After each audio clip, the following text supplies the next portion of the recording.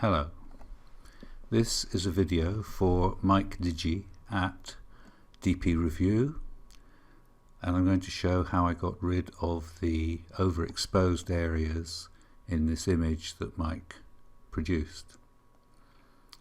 And I'm also going to make this window more visible. In red we can see the areas that Lightroom thinks are clipping, are overexposed. And up here on the right I have Radial Filters, and I'm going to click on that, and now I can put an area down, so I can make the shape bigger and smaller. So I'm going to make it quite narrow, and what's happening at the moment is that it's influencing what's happening outside that area, and I actually want it to be influencing what's inside the area. So at the moment it's turning the exposure down everywhere except where I want it turned down, and it's pulling the highlights down everywhere except where I want to pull it down. So what I'm going to do is to invert the mask. Now the exposure reduction is going on inside that area, and it's feathered so you can't see the boundary between what's happening there and the rest of the image. So I can now decide how far to pull the exposure down. So I'm pulling it a long way down now, and obviously it looks horrible. So I pull it back until I can't see the effect around the edge anymore.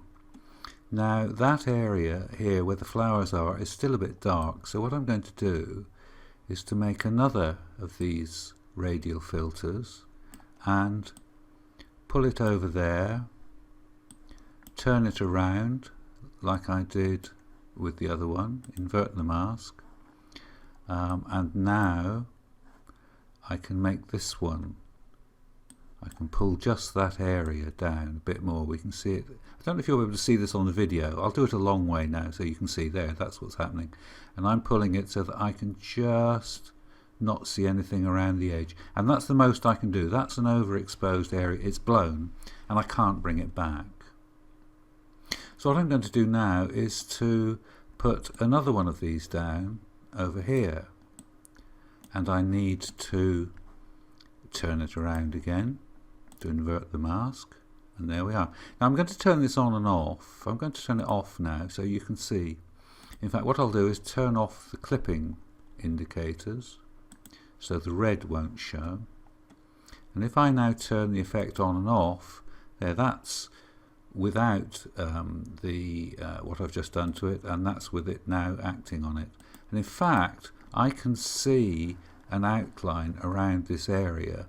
So what I'm going to do is to make it smaller so that I can minimize the side effects of anything happening outside there. So I'm still getting this calmed down inside, but I'm not getting a line around the outside, or I hope I'm not.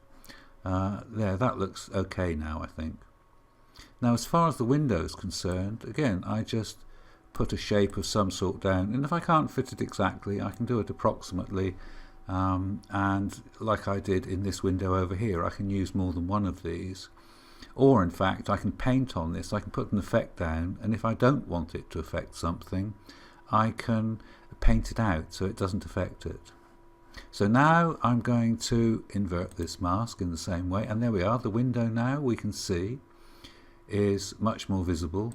If I go in closer to this and then turn this on and off, there, that's how it was before. If I can move this a little bit, there we go, that's how it was, and I'll turn it back on again, and that's how it is now. And I can alter this, maybe turn it down a bit more, turn it up, so I can adjust it how I want it. And that, Mike, is all I did to your image, and the rest of it of course wasn't affected at all. Now I could do things to the rest of it if I wanted to, but that's not the point here. So you can operate on quite localized area, and of course if you magnify this, and you can get it at various magnifications, you can operate on quite small areas if you want to. And it's not just a matter of turning the exposure and the highlights up and down. There are other things I can do here. I can affect the contrast, the shadows, the clarity, saturation, the sharpness. I can turn the sharpness up. I can turn the sharpness down as well, which is sometimes useful. I can turn the noise reduction up and down. Moire, that presumably prevents moire or takes it away. And defringing, not sure what that one does actually. And there's a colour one as well, which is a bit of a strange thing. So there we are. That's how I did it, and I think you'll agree, Mike, it's fairly straightforward. So that's all for now. Bye bye.